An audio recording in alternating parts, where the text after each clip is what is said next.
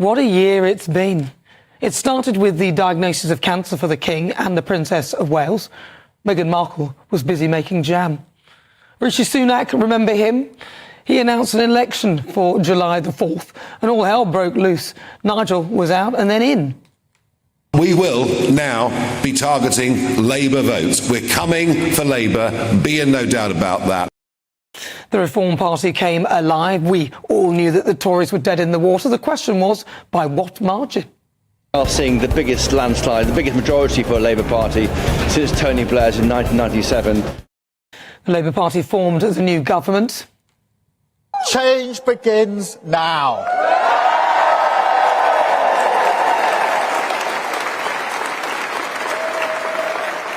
And it feels good, I have to be honest. And that was that. Now, I'm prepared to support any elected government of the day because that's democracy. Even if only a fraction of the electorate voted, it's your own fault if you don't get what you want, if you haven't exercised your voting rights. But this current government, in my view, have been a complete and utter disaster. The riots, which were not its fault but aggravated by it when all protesters were termed far right. Keir was swift on the uptake, which was, whilst most agree sentences for hurty words were a bit harsh, we had hoped that perhaps this swift justice would be an indication that punishment for crimes would be dealt with in a speedier manner. But instead, the jails were emptied earlier and prisoners were thanking Labour. Happy to be out today? I'm happy to be out. Are you grateful to Keir Starmer for this relief scheme? No. Keir Starmer, I am. I'm a big Labour... oh, really? Yeah. Supporter? Out with the old, in with the new. It's been too long anyway, I think. Yeah. Everyone's been happy today. I'm sure coming out there, wouldn't they? There's been a lot of happy people faces in the house, that's for sure. Yeah. So you're grateful to Labour and you're grateful to... 100%. I'm vote Labour all my life. Yeah. Labour's the one. Since then, we've had Freebie Gate. A Labour MP for South Shields, Emma Buck, gives her freebies to charity. He gives them away. Why won't you give things you've had for free back to charity or to a good cause? Well, all that happened is I wanted somewhere safe and quiet for my son to do his GCSE preparation. I needed it to be secure because of the situation we were in. No exchange of money. There's nothing to give away.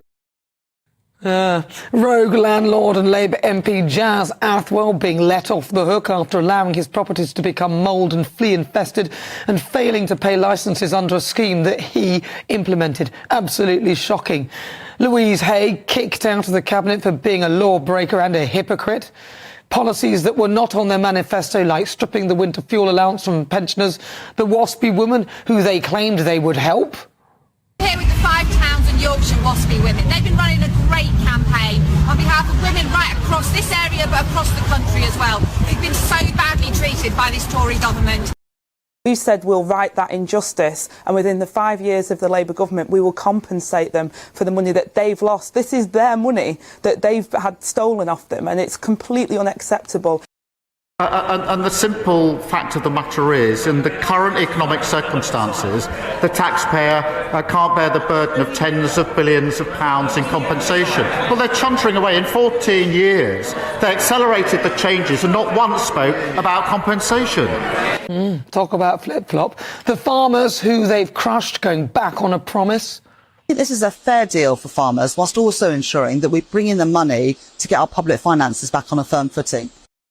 And basically every working person they promised not to tax. Even the TUC General Secretary Paul Nowak is questioning their policies out loud. He said, "I'm worried about the impact of that on small farmers." He told The Independent, this is about the tractor tax.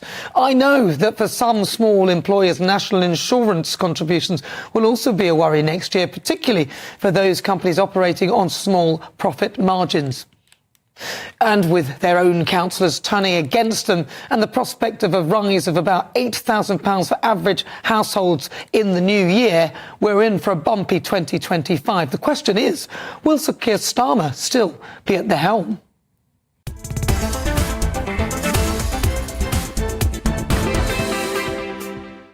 But joining me now is journalist and political commentator Jonathan Liss and also broadcaster and journalist Danny Kelly. Right, I'm going to start with you, Jonathan Liss. What do you think? About the year that's just been? Yes, about the year that's been. I mean, there was a brief moment where I discussed Rishi Sunak, but, but then there's a lot more that has happened under the Labour government. Well, I think that it was a year of two halves, as I say, and One was an ascending half with interest rates. So I think the Conservatives got what they deserved. I think the country was very happy to see the back of them. I don't detect a lot of buyer's remorse in what's happened, or rather seller's remorse, if you like. You might hear a lot of people being disappointed with the Labour government. I get that, but I haven't heard anyone saying, "Oh, we shouldn't have got rid of the Conservatives." So that's dangerous, the Conservatives, because even though people are complaining about the other side, they're certainly not sort of angling for any return of the Tories. So we are in kind of political stalemate territory right now, kind of a plague on all your houses. Now, even the Reform Party, which we were talking about a little while ago, even in the very enthusiastic poll, or it's a generous poll, you might say, I think they were projected to maybe win 80 seats. And this is not a party on the current projections that is about to enter government. Maybe there will be some kind of deal between the Conservatives and Reform. We just don't know what the situation, the landscape is going to be looking like in 4 years' time. But yes, I think it's been a disappointing start in many ways from the Labour government. I think that they have committed unforced errors. Partly that's inexperience, partly it's complacency, partly it's bad communications, a bit of all the above. I do think they've done good things as well, which they haven't been able to, such as Great British Energy, such as increasing workers' rights. Do you know how many people work for Great British Energy? Well, obviously these things take a lot of time. 15, These things take time. I think the renationalising the railways, I think that's a very popular policy around the country. There have been things that have been wrong as well, and that clearly we talk a lot about those things on GB News, but has not been the full-scale car crash that some people on the right are painting. You don't think so? No, I don't. All right, Danny Kelly, has it been a full-scale car crash with the Labour Party? Well, it certainly hasn't been a year of two halves. I've never heard that expression once. It was a game of two halves. That was the joke, wasn't it? Oh, sorry. I went over my head. He was being funny now. I see. Sarcastic. I've worked with Jonathan a number of times. Sarcasm wasn't the top of his comedic list, and I fell for it. So, look, has it been a game of two halves, a year of two halves? Well, yes. I mean, I know of people, Jonathan alluded to the fact that he doesn't know of anyone who regrets not having a Tory government. That may say more about the circle of friends that you have than a general consensus for the national interest. But I know of people who deeply regret not having a Conservative government. They're going to reform. It was a great montage that you put up. Great montage. Yeah, I loved it. You know, you had the drowning rat, you had Rishi Sunak. I mean, who advised him? Who advised him to go out into That's the meanest thing I've ever... Who advised him to go out into a monsoon without any sort of... Yeah, it was crazy. But then if he had an umbrella, he'd be mocked for that. He wouldn't have been mocked for that. It's like they literally spent millions of pounds on an indoor press conference room. They could have done it there quite easily. You're right. That's right. The legacy of COVID. Of course, he could have just done it indoors. Reform, I think, are going to be the big news of 2025. I really do. I think that they are gaining a hell of a lot of support. The summer riots will be something that people will always remember. And, so going back to Keir Starmer, will he be in power? I think he's going to be in power for the next 4 years. I really do. Do you think? I do. I think, but don't underestimate reform. Underestimate them at your peril. They are getting votes from the left and the right. For Reform and even the Tory party, then maybe Keir Starmer is good to be at the helm because I think because he's so unpopular. Yeah, that's that actually you're better off having an unpopular leader than someone who's very popular that you've got to fight. No, all I would say is that a week is a long time in politics, as the cliche goes. 4.5 years is an eternity. If you'd had this conversation shortly after the 2019 election, literally nobody would have predicted Keir Starmer being Prime Minister 5 years later. So a lot of things can happen. We just don't know what's going to happen. Things can go wrong for the Labour Party. I'm sure they will. Maybe things will get better as well. They can continue to go wrong. We just don't know what's going to happen. Look, governments tend not to get more popular, but then actually Boris Johnson became wildly popular in 2020. Obviously, that was partly because of the pandemic and personality politics. And then obviously, he was actually the agent of his own downfall. So Partygate was entirely a self-inflicted wound, and so Owen Paterson, that's when the rot set in, and there was no coming back. And obviously, Liz Truss, the disaster, we all know how that ended. Well, to be honest, I can't say that Rachel Reeves is doing much better. It might be a long, drawn-out process, but the economy is collapsing before her very eyes. What about this one? Richard says this to you, Liz, Jonathan. He says, Liz forgot two reasons why Labour have gone wrong: jealousy and envy.